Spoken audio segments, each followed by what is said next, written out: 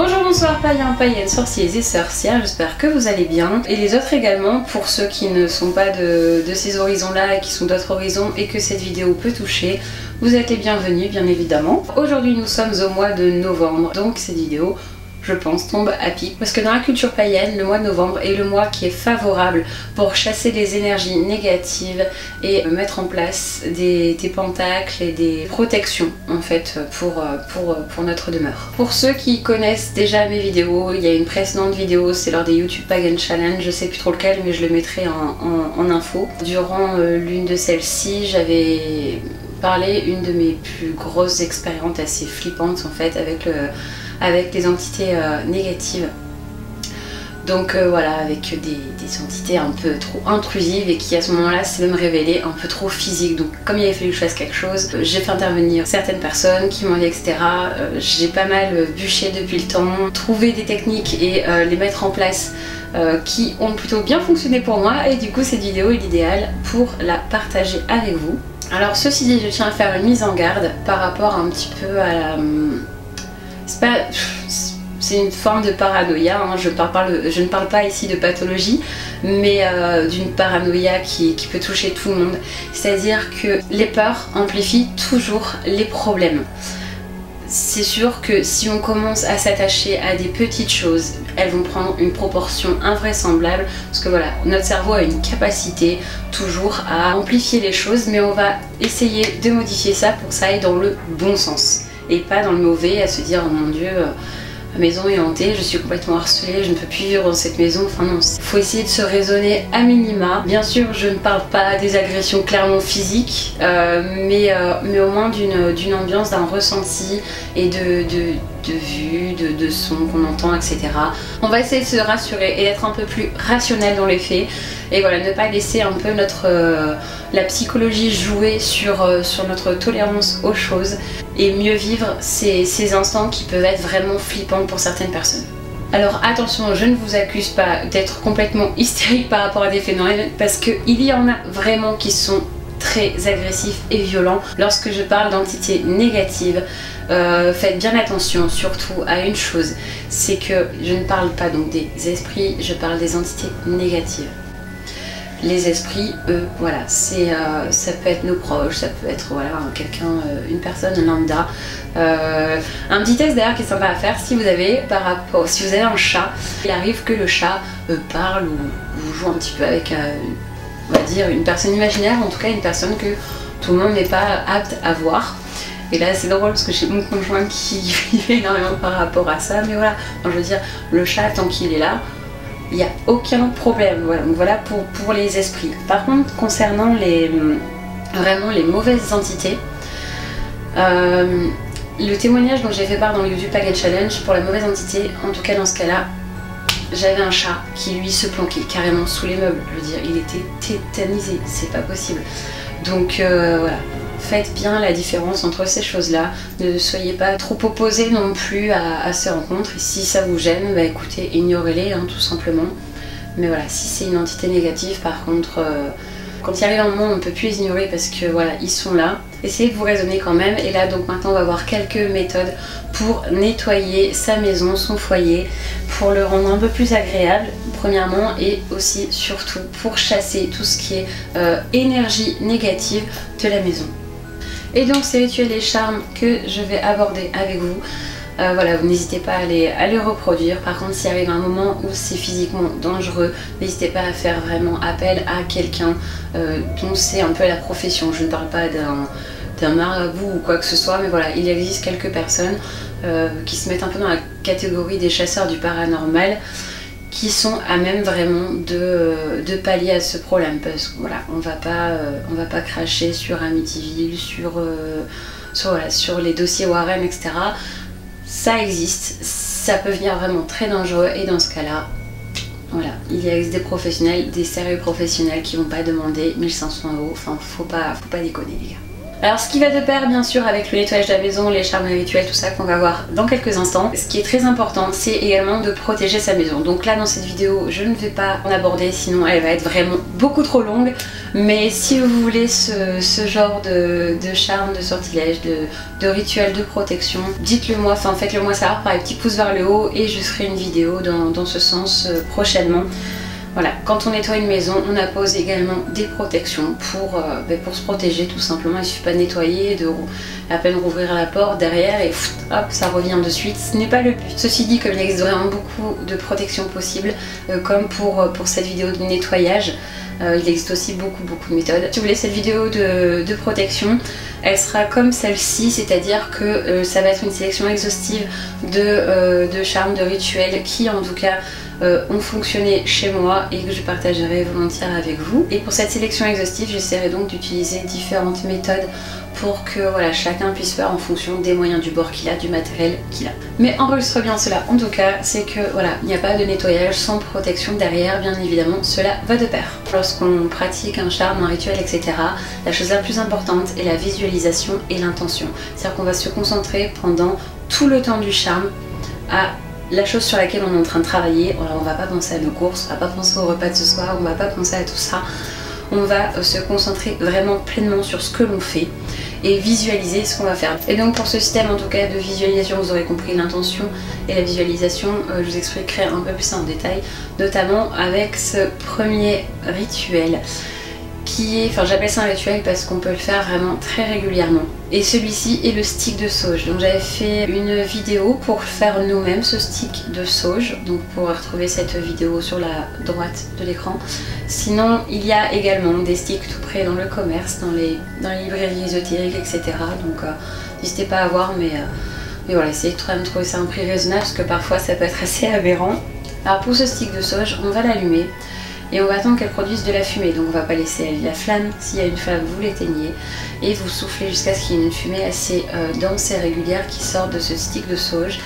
Et on va aller dans tous les recoins de la maison. On va aller dans notre penderie, on va aller dans nos placards, on va aller dans nos bibliothèques, on va aller dans notre salle de bain, voilà, on peut aller dans nos meubles, etc. Et on va faire circuler ce stick de sauge en faisant donc des mouvements circulaires. Et pendant tout le moment où l'on fait ça, on va bien penser, on va bien visualiser à toutes les choses négatives qui sont chassées de ces recoins que l'on enfume avec notre stick de choses. Et on visualise que ça, on se concentre essentiellement là-dessus, sur l'intention de chasser tout ce qui est négatif de la maison. Quand on termine une pièce, on ouvre la fenêtre pour évacuer la fumée. Non seulement vraiment pour le fait de chasser les choses de la pièce, mais également parce que la fumée, comme toute fumée de quoi que ce soit, hein, on va pas se mentir, même si ce sont des herbes, elles peuvent être bio, tout ce que vous voulez, c'est la fumée et dans tous les cas cancérigène. Donc pour éviter de trop en inspirer, une fois qu'on a bien véhiculé dans la pièce, quand on a terminé d'enfumer cette pièce, on va ouvrir la fenêtre, fermer notre porte et hop, laisser terminer le travail. Et on va continuer ainsi de suite pour toutes les pièces. Une fois qu'on a terminé, on termine toujours d'ailleurs par la porte d'entrée. Donc on va commencer par les pièces les plus éloignées de la maison pour terminer par la porte d'entrée et vraiment chasser tout ce qui est négatif. Une autre technique qui elle aussi est vraiment toute simple. Voilà, le souci qui m'est arrivé dans l'expérience que j'ai partagée avec vous lors du YouTube Pagan Challenge notamment, c'est une pièce que j'utilisais jamais, c'était la chambre de ma grand-mère. Elle n'est pas morte dedans, mais je ne pouvais pas utiliser cette pièce. Je ne me sentais pas, pour moi, voilà, déjà j'étais chez elle et j'avais énormément de mes affaires qui étaient restées sous carton parce que bien sûr on était en train de... Mon père faisait au fur et à mesure le tri dans celle de ma grand-mère, donc au final j'étais plus à vivre avec celle de ma grand-mère que mes affaires. Donc d'une part il y avait le garage plein de cartons, la chambre jamais touchée, etc. C'est extrêmement propice à établir une demeure, mais pas pour nous. Donc pour vraiment s'approprier les choses et dire attention les gars, je suis chez moi, hein, n'oubliez pas, c'est chez moi. Le ressentir, et bien vous bougez régulièrement ces affaires là. Vous bougez s'il faut les meubles, en tout cas vous pouvez déjà bouger, d'ores et déjà bouger les cartons, les affaires, etc. Et bien sûr, une autre méthode aussi, bon je vous demande pas non plus de bouger vos meubles tous les mois, mais vous pouvez très bien utiliser un principe de Feng Shui qui va apporter vraiment une bonne ambiance. Et vous, si vous allez vous sentir bien, et ben vous n'êtes pas là d'attirer de mauvaises choses. Donc voilà, vous faites en fonction pour vous sentir bien, et surtout vous bougez les affaires, les pièces dans lesquelles vous n'avez pas beaucoup, vous y allez et vous retournez tout ça, c'est chez vous, bon sang, bonsoir. Un peu plus fort que le stick de sauge maintenant, un peu plus puissant. Parce que voilà, ça va nettoyer énergétiquement votre maison, mais ça va aussi nettoyer les choses de l'invisible, tout ce qui est du domaine de l'invisible. Et donc le bain-joint, c'est un ensemble en résine que vous trouvez dans les commerces ésotériques, mais aussi, j'ai envie de dire, religieux. Cet ensemble en résine qui a à faire brûler sur un charbon. Donc le charbon ardent, c'est celui qu'on utilise, pour ceux qui ne savent pas, également pour les chichas. Ce petit charbon ardent, attention quand vous l'allumez à avoir une pince, à utiliser ça, à l'allumer au-dessus d'une coupelle, pareil, pour quand vous allez souffler dessus, pour qu'il soit bien rougeoyant, pour pas en mettre partout. Vous le posez donc sur un encensoir ou sur une crème avec du sable en dessous. Prenez en tout cas de sorte que ce soit dans un récipient pour que vous puissiez vous promener avec. Et donc vous posez pas directement le bain-joint sur le charbon, parce que déjà ça peut être un peu agressif pour le bain-joint, ça va être une odeur assez rapide. Donc ce que je vous conseille de faire, c'est de prendre un petit carré d'aluminium, de poser sur le charbon, et ensuite de poser votre bain-joint au fur et à mesure qui s'écoule, pas mettre tout d'un coup, mais de mettre quelques petits grains au fur et à mesure sur ce charbon. Et donc cet encensoir, s'il a des chaînettes, c'est parfait.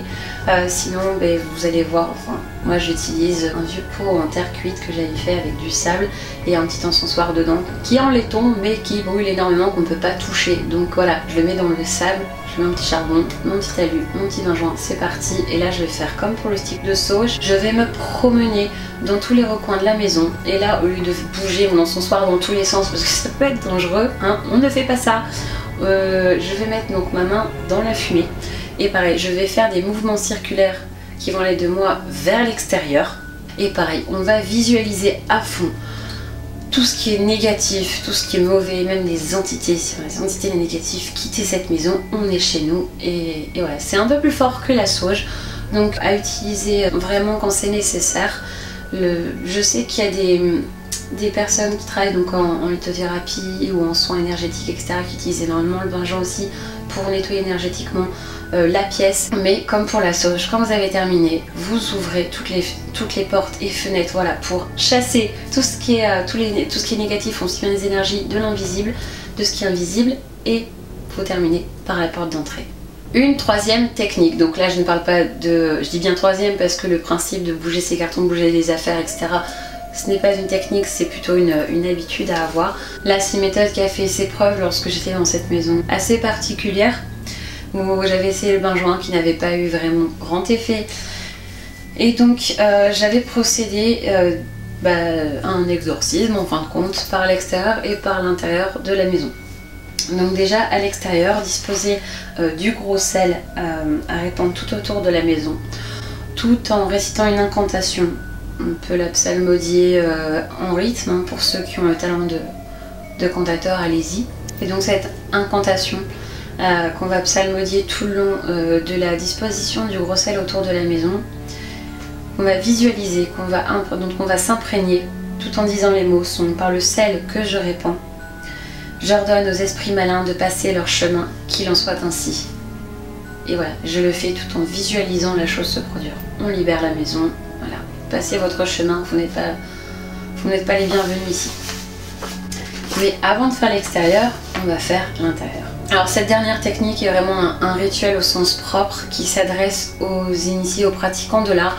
Donc si vous avez des personnes dans votre entourage qui pratiquent un peu, même beaucoup, en tout cas qui pratiquent, voilà, il faut donc créer un cercle en fonction des 4 éléments, avec toujours en commençant par l'est l'air, au sud le feu, à l'ouest l'eau et au nord la terre, avec un symbole de chacun à ce niveau là, avec la bougie représentative de chacun. Et dans ce cercle, donc vous serez avec la bougie blanche et le stick de sauge. Pour le praticien, on peut l'avoir aussi en main. Et donc vous allez entonner l'incantation suivante ou le praticien qui vous aurait fait appel, donc je vais afficher sur l'écran maintenant. Esprit qui t'est libéré, évadé de ta demeure, qui veut tourmenter l'autre groupe en cette heure, nous t'enjoignons à quitter ce lieu aussi promptement que tu es venu. Regagne ta maison de feu et ne reparais plus. Et voilà, vous pouvez réciter cette incantation 3, 7 ou 9 fois en fonction bien sûr de l'ampleur du problème auquel vous êtes confronté. Et une fois que c'est terminé, que vous avez refermé votre cercle, vous prenez donc la bougie et ce stick de sauge et vous procédez au nettoyage de la maison. Et la bougie sera là pour témoigner en fait de l'efficacité de votre sort, tout simplement. Et voilà pour ces techniques de nettoyage de la maison. Je sais pas pourquoi j'ai crié d'un coup, désolée. Il en existe bien évidemment beaucoup.